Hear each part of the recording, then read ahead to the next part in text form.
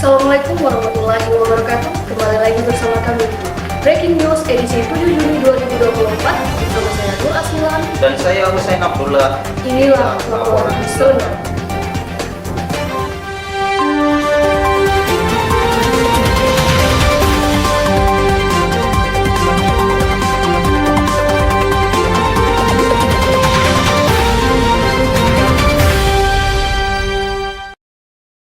Usai Hari Raya Idul Fitri, beberapa bahan pangan di pasar mengalami kenaikan harga.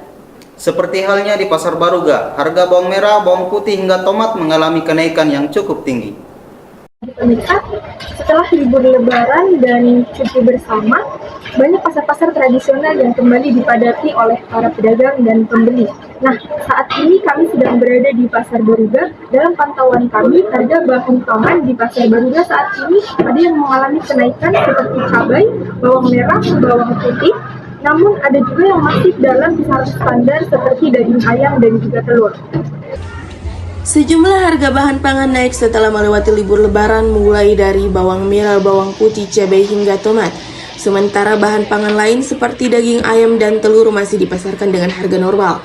Satu ekor daging ayam dibanderol dengan harga Rp65.000 dan satu rak telur dijual dengan harga Rp55.000.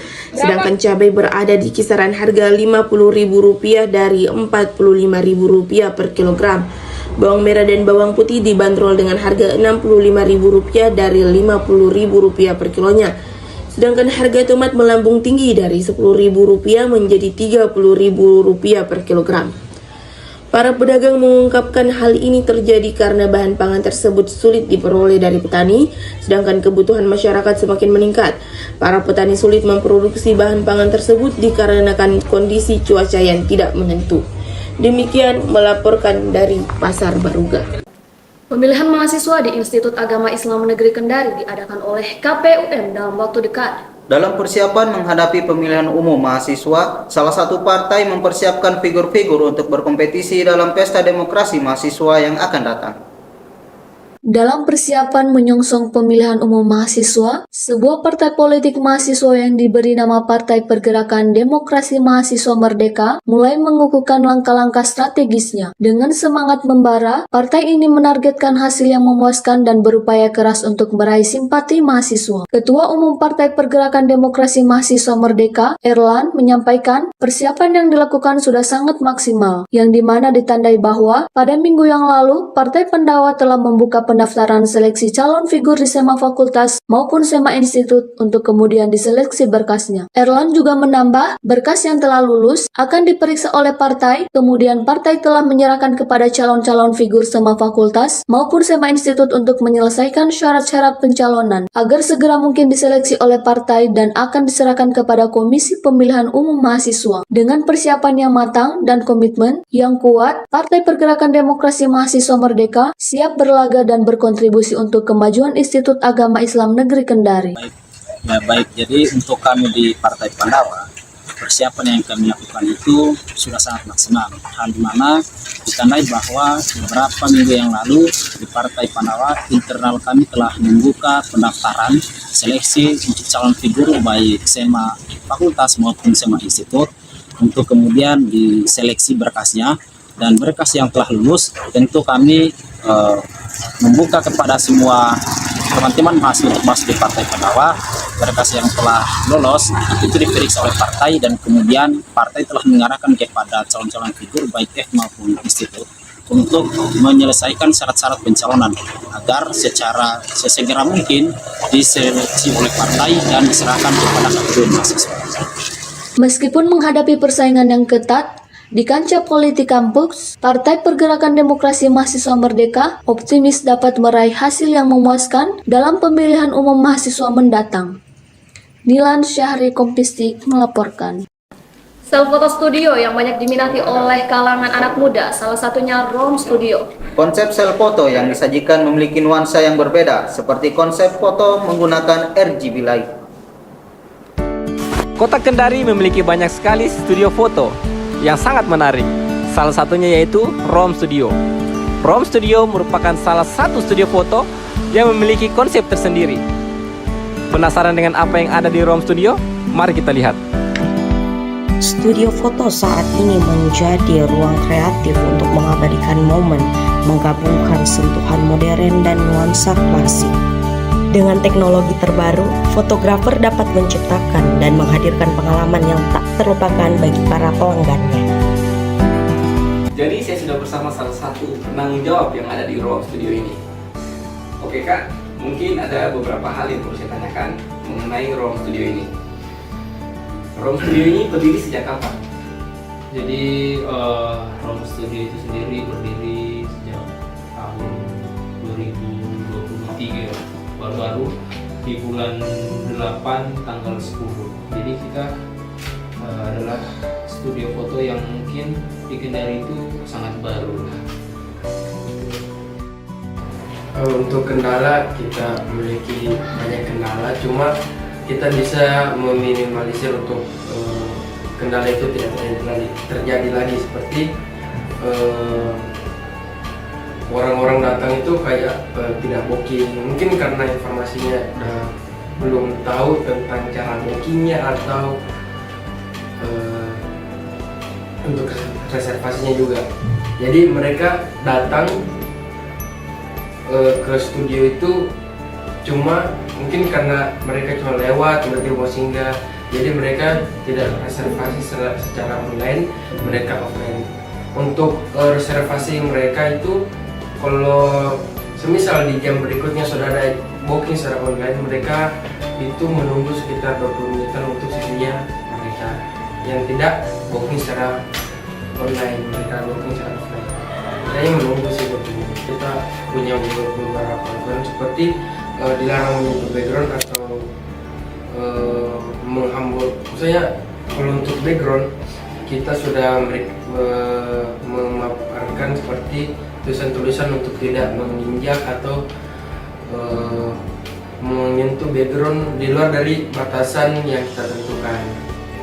Baik, itulah tadi beberapa hal mengenai ruang studio ini, dan kami juga telah memberikan beberapa pertanyaan kepada para narasumber ataupun penanggung jawab ruang studio ini. Bagi teman-teman yang mungkin ingin berfoto kepada keluarga, teman, ataupun pacarnya, saya sangat merekomendasikan ruang studio ini. Sekian dari saya, terima kasih. Kampus IAIN merupakan salah satu kampus yang terkenal di Sulawesi Tenggara. Di sana sudah ada rekan kita yang memantau kampus saat ini. Ya, bagaimana rekan Sasmita? Ya, selamat sore Asmilan dan juga Husain. Saat ini kita sedang berada di kampus Institut Agama Islam Negeri Kendari. Yang kita ketahui bahwa kampus ini merupakan salah satu kampus yang terkenal di Sulawesi Tenggara. Sedangkan suasana sendiri tidak seperti hari Senin sampai Kamis yang merupakan banyak mahasiswa lalu lalang di kampus ini. Nah, sedangkan hari Jumat ini kita lihat sendiri tidak ada mahasiswa yang beraktivitas di kampus ini karena hari kuliah tetap mahasiswa yaitu hari Senin sampai Kamis. Sedangkan hari Jumat merupakan hari yang fleksibel bagi mahasiswa. Saya kembalikan ke studio. Terima kasih rekan Sasmita. Baik, pemirsa, itulah tadi kondisi kampus IAIN saat ini. Ya, kita beralih ke berita selanjutnya. Keindahan alam yang ada di Sulawesi Selatan merupakan surga tersembunyi, salah satunya di Tebing Aparalang. Para pengunjung yang datang dapat menyaksikan langsung pesona pantai Aparalang yang sangat memukau.